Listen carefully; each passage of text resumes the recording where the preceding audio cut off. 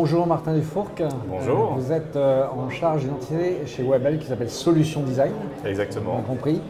Est-ce que vous pouvez nous présenter en quelques mots ce qu'est cette entité et ce que vous y faites? Alors l'équipe Solution Design de Webhelp, c'est assez simplement l'équipe consulting en charge d'accélérer la transformation de l'expérience client de nos clients embarqués, mais également de clients en propre. C'est-à-dire que cette entité-là a ses propres clients et puis essaye d'améliorer l'expérience client des clients pour lesquels on rend le service de relation client à distance. D'accord. Les clients de Webhelp. En fait. Exactement. D'accord. Très bien. Ce soir, nous abordons un thème précis qui est la mesure de l'expérience client. Moi, j'entends beaucoup parler de NPS, de Customer Effort Score, de volonté verbatim, de First Call Resolution. Qu'est-ce que vous apportez de nouveau par rapport à tout ça? Alors l'ambition qu'on a aujourd'hui, c'est une ambition qu'on porte avec la société BVA, qui est de compléter les dispositifs existants. Vous avez raison de souligner le NPS, le Customer Effort Score. Nous, on ne se positionne pas comme une réponse à un nouvel indicateur qui viendrait effacer les anciens. On croit beaucoup aux indicateurs qui existent, on trouve qu'ils sont pertinents. Mais on se posait la question, et beaucoup de nos donneurs d'ordre nous interpellaient en nous disant « mais finalement, est-ce que mon NPS est comparable à celui de mon voisin? Est-ce que, à niveau de satisfaction équivalent, je délivre vraiment une expérience client équivalente à celle de mon voisin ?» Et aujourd'hui, ça se passe par secteur d'activité en plus. Exactement. Et sur le marché de la mesure de la qualité de l'expérience client, beaucoup de solutions existent, notamment technologiques.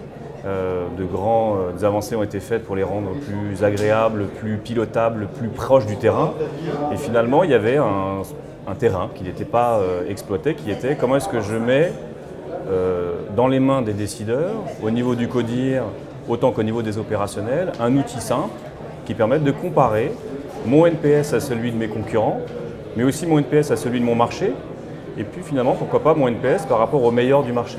Vous avez raison, hein, c'est vraiment la question que se pose l'ensemble des responsables de relations clients ou expérience client, mais comment vous arrivez à ce coup de baguette magique? Alors, c'est toute la beauté de l'exercice, c'est que la légitimité de Webhelp, elle est dans le fait qu'on a 2 millions de conversations qui sont tenues chaque jour au sein de notre société. La force de BVA, c'est d'avoir cette expertise sur les études. Et puis, l'alliance des deux permet d'animer un panel de 1500 clients représentatifs de la population française, qui sont des consommateurs d'une centaine de marques dans 9 secteurs. Donc on a ce panel-là qui est enquêté après chaque interaction dans les mêmes conditions, sur la durée. Et l'ambition, c'est de mesurer au travers de ces questionnaires des indicateurs connus, le NPS, vous l'évoquez, la satisfaction client, le Customer Effort Score, mais aussi des sujets d'image, de fidélité par exemple. Et puis de garantir dans la production d'un rapport qui se veut mensuel, la représentation du positionnement d'une marque sur chacun de ces indicateurs par rapport à ses concurrents, par rapport aux leaders du marché. Prenons un exemple très simple. Une société comme un fournisseur leader de la téléphonie mobile en France mesure peut-être avec son dispositif propre son propre NPS. Nous, on va amener une autre mesure qui va venir peut-être conforter l'indicateur du NPS ou pas. Mais surtout, ce qu'on va amener, c'est le côté comparable. La réponse qu'on essaye d'apporter, elle est assez simple, c'est d'apporter à un directeur de la relation client qui fréquenterait l'Agora la conviction qu'à travers un rapport simple et publié mensuellement, on lui donne des éléments de comparaison sur les indicateurs type satisfaction client ou NPS avec son marché, avec ses concurrents. L'idée, c'est d'amener quelque chose de très pédagogique, de très simple à exploiter, régulièrement, donc tous les mois, avec ce panel qui vit dans la durée et qui permet donc de compléter le dispositif existant avec quelque chose d'objectivement comparable. Donc c'est très clair. En tout cas, merci de cette explication. C'est une chose de mesurer la satisfaction client, l'expérience client. C'est une autre chose de se benchmarker par rapport à les pairs de son activité, et la façon dont on apporte et dont se mesure la qualité par rapport à l'autre. Martin, merci beaucoup. Merci beaucoup. Yann Barbizet, bonjour. Bonjour. C'était BVA, vous pouvez nous dire en quelques mots ce que vous faites et surtout ce que vous faites avec Webhelp. Voilà, absolument. Alors moi je suis en charge du business développement chez BVA. Et le travail qu'on fait en commun avec Webhelp, c'est au travers d'un produit commun qu'on a lancé qui s'appelle la CX Machine. Et la genèse de la CX Machine, c'était intéressant de le voir, c'était des demandes de clients qui venaient les uns derrière les autres en disant ce qui est intéressant évidemment c'est mesurer la satisfaction, mais ce qui m'intéresse le plus c'est au-delà de simplement de mesurer ce qui se passe avec mes concurrents, c'est quoi les référentiels du marché.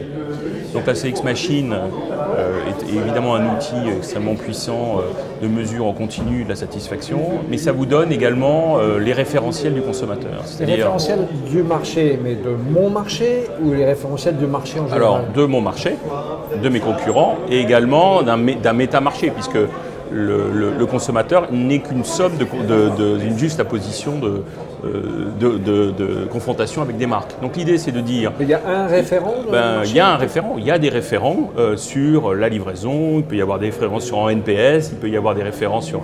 Donc du coup, on se retrouve dans des situations où quelquefois on se dit finalement je pourrais me comparer avec mon marché ou avec ma concurrence directe, et qu'en réalité, ce qui est plus intéressant, c'est d'observer au niveau méta les grands indicateurs et les grandes marques. Et donc là, on a la possibilité de travailler sur ces indicateurs, puisqu'on a aujourd'hui des questionnaires qui sont relativement longs, c'est à peu près une 60aine de questions sur un panel, et qui nous permettent de délivrer plusieurs messages par canaux, par type d'interaction, en sollicitation ou sur sollicitation du client, et surtout ce qui est très important par rapport à ce qu'on peut trouver sur le marché, c'est qu'on est client et prospect.